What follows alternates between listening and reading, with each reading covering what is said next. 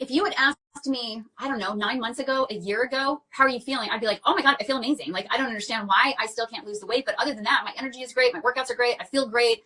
I'm, like loving life.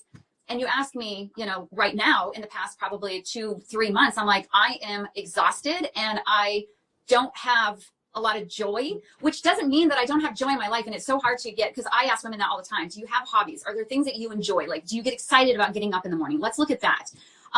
As far as like mindset and trying to figure out where is that lack of energy, is the lack of energy is just a feeling of blah.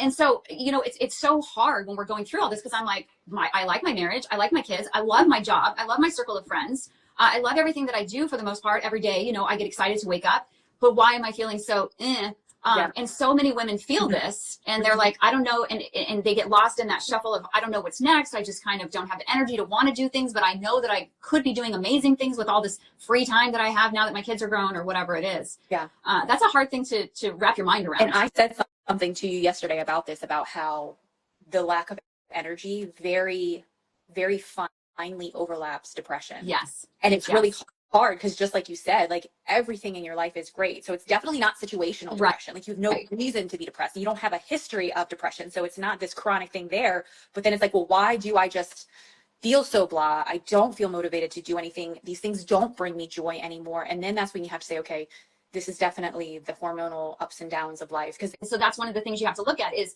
could it be mild, very mild depression, being blue?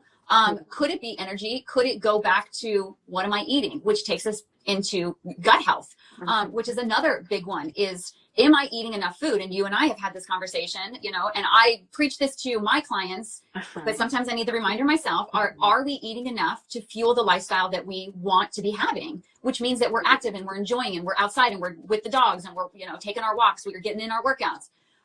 So how does all that tie in? Because gut health is a big one with perimenopause that a lot of people don't put the connection together.